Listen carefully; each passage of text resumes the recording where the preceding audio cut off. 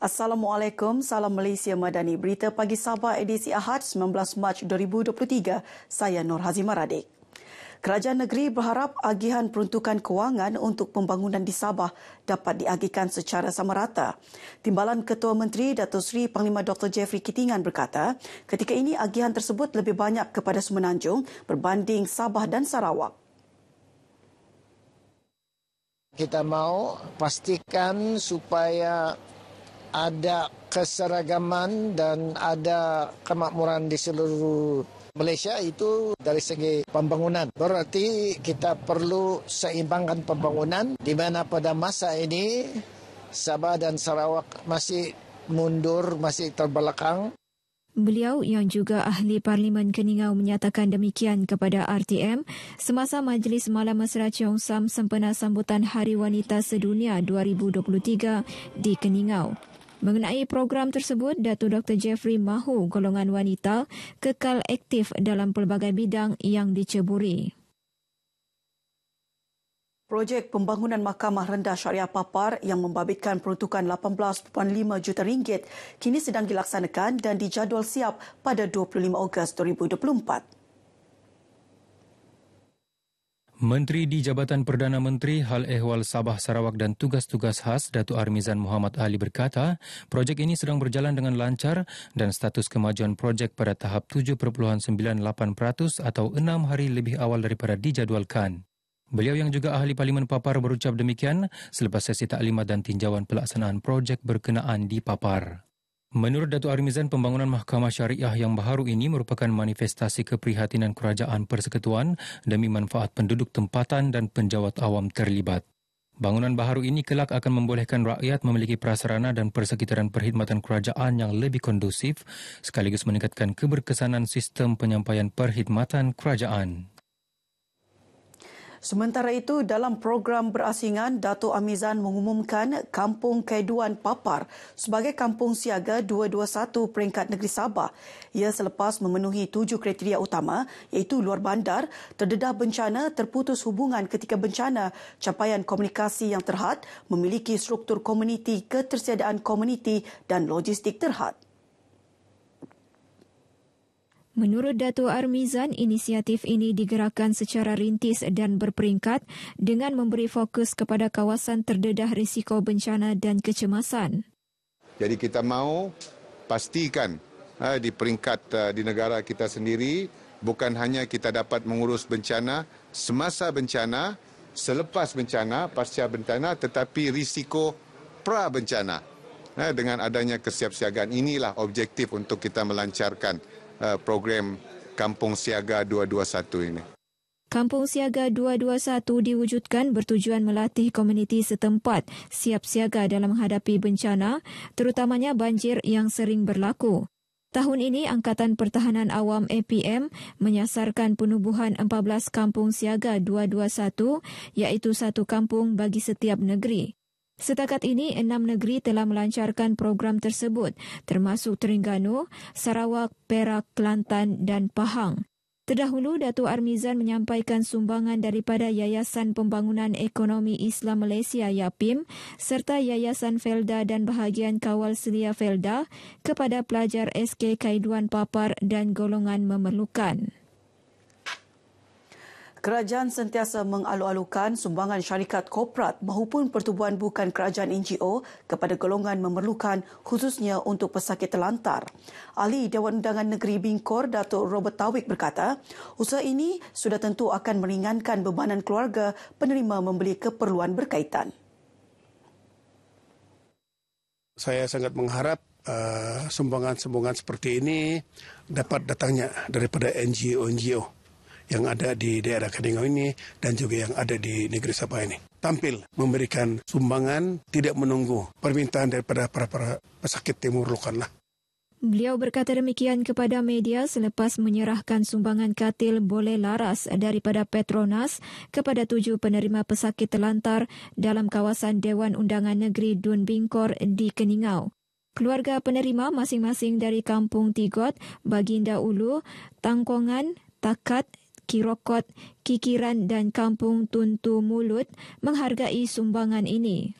Ribuan terima kasih kepada Jabatan Kebajikan Masyarakat dan terutamanya kepada Datuk Robert Tawik yang telah memberikan sumbangan inilah yang sungguh kami sekeluarga memang terharulah.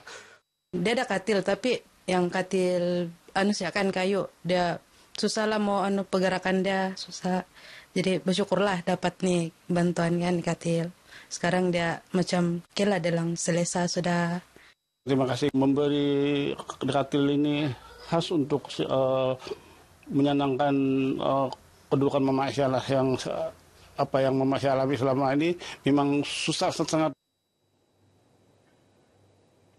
Lebih 1,000 peluang pekerjaan ditawarkan 15 syarikat menerusi Karnival Kerjaya Khas Belia Negeri Sabah yang berlangsung di Dewan Dato' Saleh Sulong Papar. Karnival ini merupakan anjuran bersama Pertubuhan Keselamatan Sosial Perkeso, Pejabat Daerah Papar dan Majlis Belia Sabah. Bercakap kepada pemberita selepas merasmikan karnival tersebut, Ahli Dewan Undangan Negeri Adun Lim Bahau Datu Juil Nuatim berkata, penganjuran karnival akan berterusan sebagai usaha menangani isu pengangguran di negeri ini. Ini dia satu peluang yang besar untuk belia-belia khususnya di Papar ini. Bukan saja di Papar, melibatkan seluruh belia yang tidak mempunyai pekerjaan di negeri Sabah. Jadi kita amat berterima kasihlah kepada pihak Perkiso dan juga pihak pejabat daerah dan juga Majlis Belia yang dapat menganjurkan program seperti ini. Dan kalau boleh, program ini terus akan direalisasikan, dianjurkan di merata tempat di negeri Sabah ini. Sementara itu, pencari kerja berharap penganjuran karnival ini diperluas ke seluruh negeri. Program hari ini alhamdulillah baguslah. Harapan saya untuk karnival ini mudah-mudahan dorong dapat puluskan lagi lah Perkeso ni kepada belia-belia yang di luar sana yang tiada kerja. Harapan saya terhadap karnival ini adalah untuk mengembangkan lagi masyarakat, terutamanya anak-anak muda untuk mendapatkan peluang pekerjaan yang lebih meluas agar mereka boleh maju ke depan lagi. Dengan menganjurkan lagi program karnival ini di setiap tempat. Sempena karnival ini turut diadakan pameran daripada 15 jabatan dan agensi kerajaan serta perkhidmatan kaunseling kerjaya kepada pencari kerja. Penganjuran aktiviti gotong royong terutama di kawasan berisiko berlakunya penularan wabak denggi perlu dipergiat. Pembantu Menteri kepada Ketua Menteri Datuk Nizam Abu Bakar Titingan berkata, ia penting bagi mengekang penularan wabak tersebut yang boleh membawa maut. Di kawasan Tawau Lama ini sebelum ini merupakan hotspot. Bagaimanapun alhamdulillah saya difahamkan bahawa kawasan ini wabak ini telah terkawal dan saya berharap agar usaha-usaha untuk menjaga kebersihan kawasan kita daripada sampah sarap. Datuk Nizam yang juga Ahli Dewan Undangan Negeri APAS menyatakan demikian kepada RTM selepas merasmikan program gotong royong di Kampung Seri Pantai Batu Tiga Jalan APAS Tawau. Setakat Jumaat lalu, Sabah merekodkan 2,448 kes denggi dengan daerah Tawau mencatatkan jumlah kumulatif 449 kes selepas Sandakan yang merekodkan jumlah kumulatif 683 kes. Sehingga kini terdapat satu lokaliti tidak terkawal di Kesan di Tawau iaitu di Taman Seri Balong. Bagi meneruskan misi kebajikan kepada golongan anak yatim dan asnaf seluruh Sabah, Pertubuhan Jaringan Kebajikan Anak-Anak Yatim Sabah PJKAYS memohon sumbangan dana pihak korporat dan swasta. Presidennya Datuk Edi Abdullah berkata, secara tidak langsung ia juga dapat memupuk semangat kemasyarakatan seiring konsep Malaysia Madani. Katanya, bagi memastikan kebajikan anak-anak yatim terus terbela, pihaknya turut mengambil inisiatif mengumpul dana melalui penganjuran pelbagai acara amal melibatkan penyertaan orang ramai. Sebagai NGO, kami sentiasa memerlukan sumbangan daripada pihak korporat dan juga orang-orang yang perseorangan yang murah hatilah menyumbang kepada dana kami supaya kami boleh mengadakan ataupun menganjurkan lebih banyak aktiviti kebajikan untuk anak-anak yatim yang ada di beberapa rumah-rumah yang berdaftar di Sabah.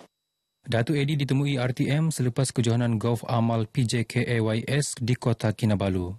PJKAYS yang ditubuhkan sejak 2019 bertujuan memperbaiki kehidupan anak-anak yatim dan asnaf selain menyediakan bimbingan dan khidmat nasihat dalam pembangunan holistik.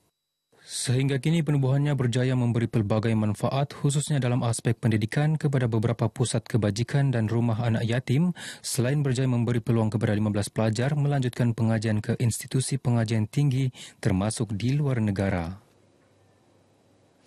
Pelbagai pengisian rancangan akan disajikan kepada pendengar Tawau FM sepanjang bulan Ramadan kali ini. Ia meliputi sketsa bersiri dokumentari masakan selain rancangan keagamaan.